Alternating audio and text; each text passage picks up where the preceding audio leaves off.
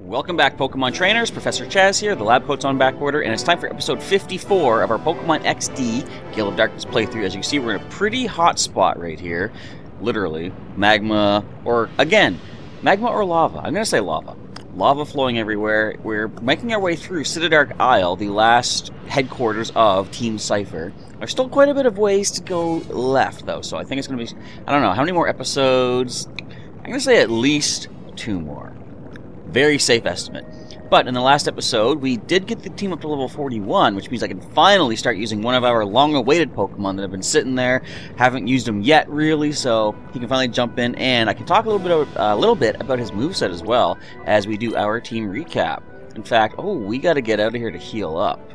We're going to switch. We want to lead with him because he's been sitting here. I've been hyping him up for so long. Marowak, level 41, our serious Pokemon. He's holding the magnet to power up electric attacks. The ability is Lightning Rod to draw electrical moves. Not quite as good as it is later. It doesn't give him the special attack boost. It just draws away from the partner Pokemon. But he has Bone Club, Submission, Thunder Punch, which is special based in this generation, so not the best. That's why I gave him the magnet. And False Swipe. So I just realized, thinking about him before recording, he's going to be very useful when coming to catch these Pokemon because we can False Swipe them down to 1 hit point. So next up in the team we have Ironhide, our gentle Lyron, level 41, holding Leftovers. He has Sturdy for the ability, and the moves are Metal Claw, Iron Tail, Mud Slap, and Protect. Next we've got Prophecy, our gentle Xatu at level 41, holding the Sharp Beak, Synchronized ability with Aerial Ace, Future Sight, Wish, and Baton Pass. Next we've got Juggler, the docile level 41 Dugong, holding Mystic Water, Thick Fat ability, and Surf, Ice Beam, Sheer Cold, and Helping Hand. Next up is Guar, our Jolly Primate at level 41 with the Focus Band. He's got Vital Spirit for the ability, and Brick Break, Payday, Detect, and Seismic Toss. Last but not least, we've got Nightmare, our Burned Rash. Wonder if it's the rash from the burn. Level 41 Bayonet, holding Spell Tag with Insomnia ability, and the moves are Shadow Ball, Faint Attack, Curse, and Helping Hand. Alright, let's go back to the healing machine and heal up, which is quite a little distance away. I'm recording this episode the day of, if you're watching it the day that it comes out, because here's the thing. I want to try to get more, what would you call it, more prepared, I guess, more ahead of the schedule when it comes to recording episodes and showing them for you folks out there. So I'm trying to do recordings the night before. Now, the reason I'm recording this the morning of is because when I got home last night, it was a pretty bad snowstorm all day long. Not really, I wouldn't say bad. It was actually a really nice snowstorm, if you can call it that. It wasn't too windy, wasn't too cold. The snowflakes weren't super huge, but it was just a lot of snow and it all piled up. So as soon as I got home, priority was to get the pathway shoveled out, like the backyard, the stairway, and the driveway. So that was how I spent most of my evening when I got home, and I was like, you know, I just kind of want to relax the rest of the night. I'll get up early in the morning because, for one thing, I want to make sure that I have time to do my Pokemon going. I've had a raid pass sitting in my pocket, just burning a hole, waiting for my chance to go out and get some rare candies, perhaps, and I don't like the look of those guys. I think that's the proper way to go, so I want to explore everywhere else, get more training, more items, and move on thusly. So it is early morning. I didn't get a lot of sleep last night. Hopefully it's not going to cost any of our Pokemon their safety. Why did you not attack me? I mean, I'm okay with that. What's going on? Oh, sorry, this is a dead end. So I could have just ignored her. Nalix. Oh well, I want the experience. And Dustox and Beautifly. Not that hard to get experience off of. I can Thunder Punch these things. Let's just see. I've been hyping Marowak up this whole time. Let's see if he has the power needed to do some serious damage to these things. Let's go with a Thunder Punch to the Beautifly. We're going to go with a Metal Claw to the Dustox. So, Marowak is kind of on the slow side, as you can see. But what he lacks in speed, he makes up for in overwhelming crushing power. Hey, speaking of overwhelming crushing power. Alright, Thunder Punch away. That actually was not bad. I was not expecting that much power. Why do you have Mega Drain? That's just rude. I'm going to punch that right out of you. So I know both my Pokemon are faster. You're only level 36 and 35. What is this? Well, I can easily take the two of them down now. Just don't confuse me. Thank you. Thunder Punch, the Beautifly. Metal Claw once again with the attack boost. So it's kind of on the sleepy side. I've got to record this episode. I've got to go do my Pokemon going. I'm going to come back and record the Ultra Sun for the day as well. And I might need to sleep at some point later on. Or by the time I get home at the end of the day, I'll probably just fall right asleep. I don't know. We'll see what happens. We see a Sunflora coming, which means Marowak, as much as I want to give you a chance to just destroy things, I can't risk you staying out here with that thing. Unless we could one-shot the grass type with our Iron Tail. But it's better to be safe than sorry. Let's go into Prophecy. Resisting the grass attacks if necessary. We're going to go with the... I'm going to try the Iron Tail. Let's just see if we could have saved Marowak and kept him on the field. Not much you can do to the Beautifly, or the Illumise, though, so I just thought, let's just switch out. We got Aerial, Ace, Sharp, Big Boosted, Wish Attack. So, are we going to even want to touch use the thing? Because we're going to heal back whatever damage we inflict on you. Unless we double team up against it. Yeah, see, Marowak could have stayed, I guess. But, I'd rather not lose Pokemon if it can be avoided. And Volbeat. So we have the two Gen 3 bug types, the male and female counterparts, on the field. Let's go for the Volbeat. Let's just, double team on the Volbeat since the Illumise is going to wish up. We could also just one-shot the Volbeat and then just redirect the Metal Claw over to Illumise. That could be an option. Now, do we get to one-shot the Illumise with Metal Claw? Probably not. So, what else is there to mention? I haven't revealed any new cards that I've seen as far as the Ultra Prism expansion goes. Can't wait to see what other Ultra Prism, or what is it, Prism Star cards are going to be. Because I don't think I mentioned it yet. I might have during the live stream of TCG this past weekend, but they say as far as the Pokemon, or the Prism Star cards for Pokemon are concerned, every Pokemon is going to be a basic. So it mentions Lunala Prism Star. You don't need to evolve up from Cosmog. So I guess this is similar to, what were they called? I think when the Frontier Brains first came out in the video game, they appeared in the TCG. Oh, please don't be so angry that this is a dead end. I'm not angry. I got 2 Hyper Potions and some experience. What are you talking about? But I think that was the first time that they allowed evolved Pokemon to be basic cards. Sorry, I can't tell you what I'm doing at this dead end. You're wasting my time is what you're doing. So let's just sneak past this guy. You're going this way? I don't think that's a wise decision. Because you have to beat me to go this way. Easy peasy. Let's do this. Ibrin. Alright, what do you have that we can destroy? Weezing and Fortress. Well, we don't have any fighting type. Hey, these things will both explode.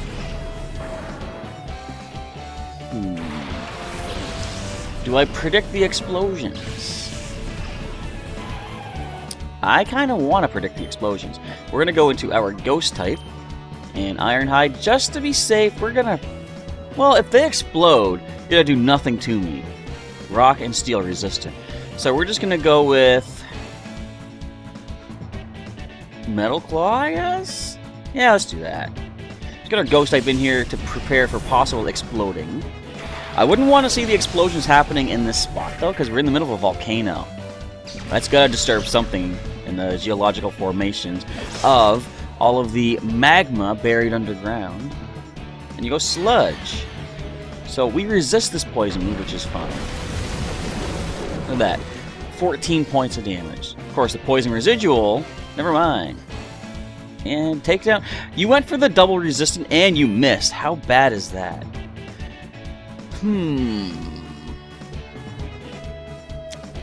I could curse. Excuse me. Let's just go Shadow Ball to... No, let's go Feint Attack to the Fortress. Go for another Metal Claw on Weezing. See if I can get the attack boost again. That would come in handy. This is going to be a long, drawn-out battle. If only I taught Marowak Fire Punch as well. And we missed the Metal Claw. Haze. Okay, so all stat changes are gone, as is my heat, because it's getting pretty warm in here. And we got spikes. We can't switch out anymore. We'll take damage. Of course, Prophecy could come in safely, because spikes do not touch you if you're in the air. So, let's see if we can land these hits this time. Feint Attack, of course, always landing. Now, you're noticing for those of you that might have only come into Pokemon in, say, recent years, Feint Attack is spelled differently. That was how it used to be spelled, but I guess it was always meant to be like Feint, like F-E-I-N-T, because there is an actual move called Feint that is, what is it? It's almost like Fake Out in a way. Doesn't really make anything flinch, but it only works if the Pokemon is going for a protecting move, like Protect or Detect, something like that, and it eliminates the effect of that defensive move for the turn. So that way, if your other Pokemon in a double battle attacks that as well, the Protect is gone. Alright, let's go. Come on. We've been smokescreened. We got double spikes up. We gotta take these things down together. Taking forever, but you gotta do what you gotta do.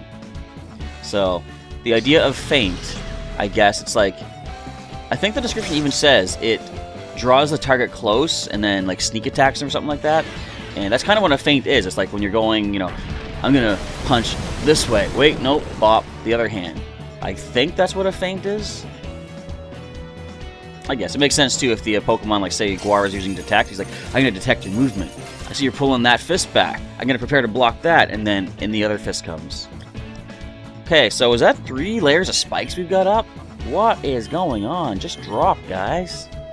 Feint Attack. Come on, critical hit! No! So they got themselves set up nicely. Yes! Smokescreen has no effect. Well, it does, but Metal Claw drops the wheezing and the attack boost. So I was kind of hoping that they would haze, and I might not have been paying attention. They might have actually hazed last turn. But if they didn't, or if they did, then hey, we can't switch out regardless anyway. So this is where things get interesting. Let me explain in just a moment, though. But, was that Bide? I think that was Bide. What was I about to say? Yeah, so if they hazed away my accuracy drop from Smokescreen, hopefully they did. That way I have the attack boost, and that's all we're looking for. Alright, so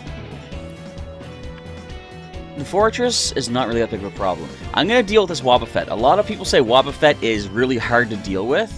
Here's the thing. I could either curse it right now, get residual damage on it every turn, but have my Ghost type use a physical type move. This generation Shadow Ball is considered physical. Counter will not touch a Ghost type. So they can go ahead and Mirror Coat, counter all they like. They can Destiny Bond. Please don't Destiny Bond. I would rather not lose a Pokemon. But even if they use counter, we are perfectly safe. You can also do that too. Really was not expecting a one-hit KO there. Dodrio, are you a Shadow? No. So you are Biding. And again, as we discovered at one point, we can go ahead and attack the Fortress all we like because Bide does not hit Ghost types. I am very thankful that Unknown Spike recommended getting Bayonet, because, I mean, well, we had Poe, our Dusclops, Ghost type, so it's good to have a Ghost type for situations like this, where normal moves might be a bit of a problem, or fighting moves like that counter. So thank you, Unknown Spike, for a good recommendation. Do we have any other Ghost types that were available?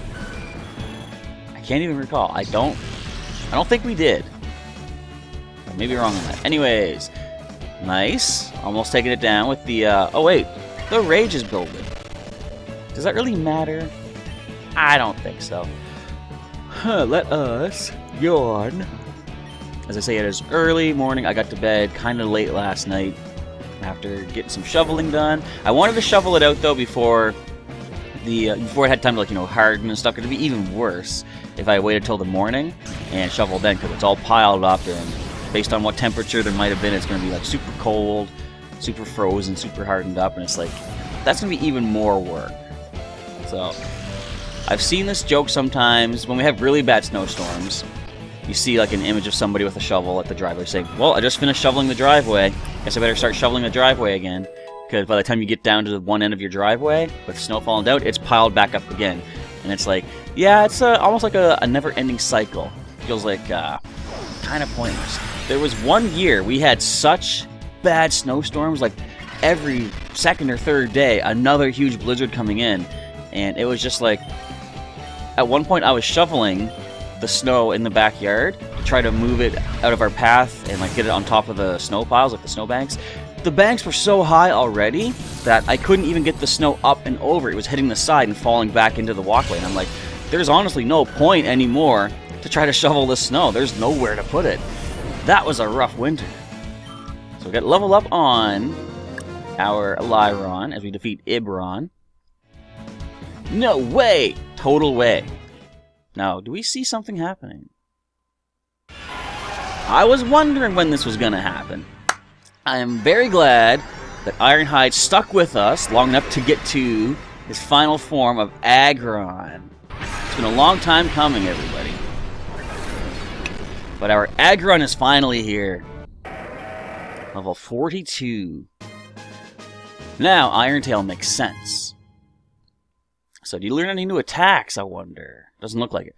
But that is totally fine. Please, go right through. I think I'll do just that. Thank you very much. So, Ironhide, although you have just evolved, we're going to put you towards the back. We'll let Guar come in with Marowak. My 2 Pokemon from Pokemon Blue. And I want that item. I gotta sneak past more trainers, though. Let's go one more battle. Where are you at, Meyerwee? You are at the Rock Pokespot. So, I could go steal a Pokemon from him. But by the time we get out of this place, we probably won't even have time to go to that spot before he leaves. PP up. Nice. I'll take that. And let's see if we can deal with a couple more trainers. We got time. Hopefully we have the PP and HP to handle these guys. Whoa! You're making a huge mistake if you think you can pass me without an incident. Well, I knew there'd be a battle, so you're right. It'd be a huge mistake to assume that you would just let me pass. But, like, total honesty, what are you gonna do? Okay, so we have a couple of water types. Marowak could destroy Pelipper with a Thunder Punch, but I'm not going to risk staying in. I got to switch into... let's use our own water type. Juggler comes in as Guar goes for a Brick Break to Azumarill. Not yet Fairy type, so we can still get the neutral damage off on this thing. As for Juggler, what can you do? Well, we could try the Sheer Cold, but I don't want to take my chances with that too much. No, wait, you know what I should actually do? Get all my bad luck out of the way when I don't need the good luck, you know? Get rid of, or use all my Sheer Cold right now to ensure all the best ones, all the main attacks, are going to hit. And you're really going to use Rollout on my Ice type. So let's do that Sheer Cold to Pelipper. Let's go with the Brick Break to Azumarill. It's going to be a knockout, I'm sure, at that level of HP. Bam! Down you go. As far as my Pokemon Go progress is concerned, I'm getting candy to evolve up my Carvanha. Another reason I want to go out and about as soon as possible is because I'm getting close to that evolution. And, like, there's a nest right now of Carvanha in the park uptown. And I want to try to make good use of that as soon as possible. Let's go Seismic Toss the Ariados, because you never know when the nests are going to change. I think I've heard every second Wednesday, like every 2 weeks, the nests will change. And this being Tuesday, tomorrow is when the nests are going to change again. So I see I need to get myself as many Carvanha as possible. I only need another 40 some candies, so just another few Peanut Berry catches and I'll have plenty. Alright, so I think I've done enough Sheer Colding. Now let's go one more. Let's get one more bit of bad luck out of here.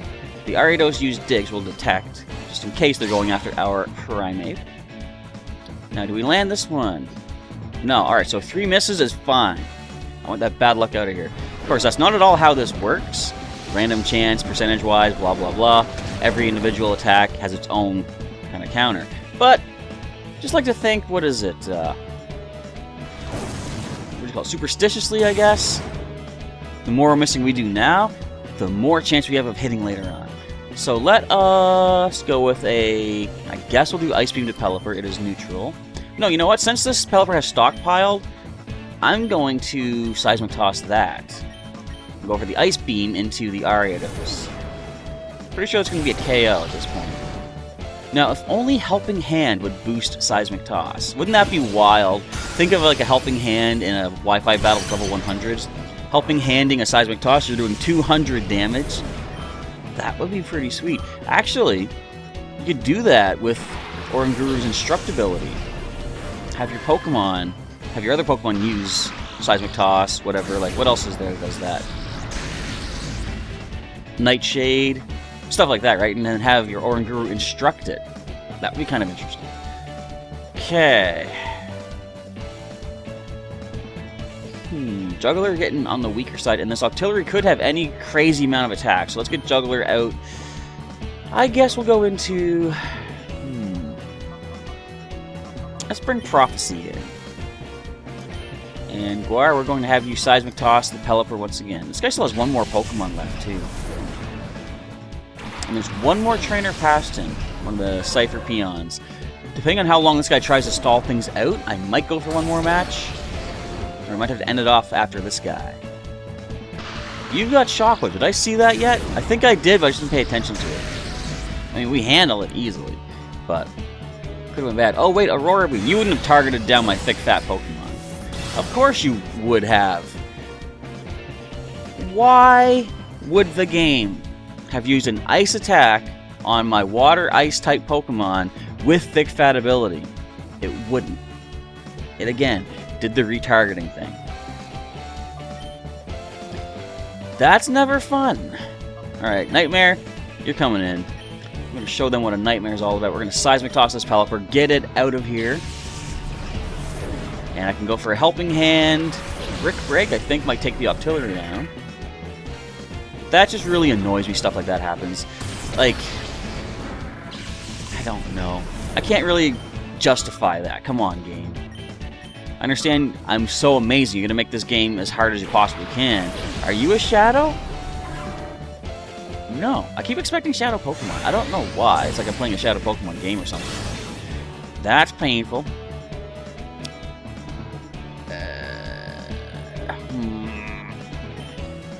Well, see, I could Helping Hand. Nightmare might get knocked out.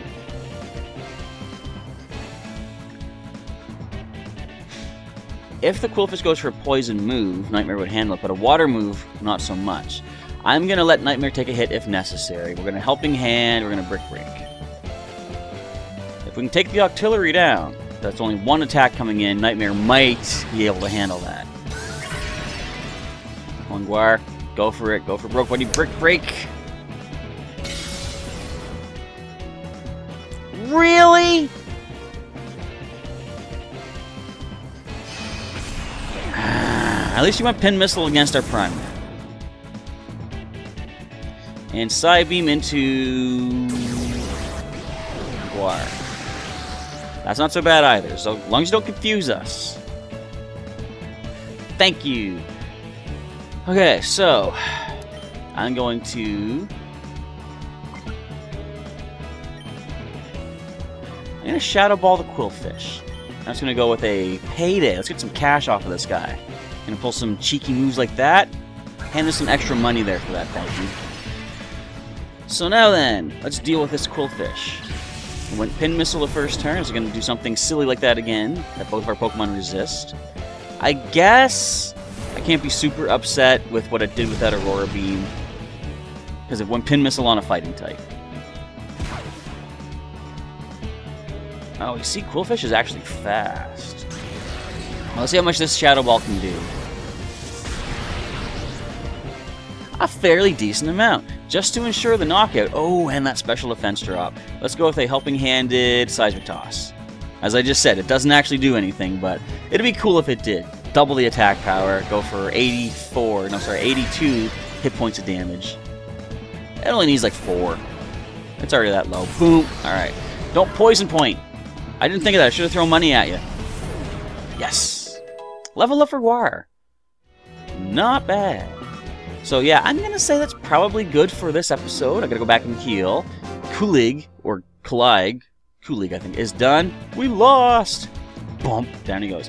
Alright. And let's go back and heal up.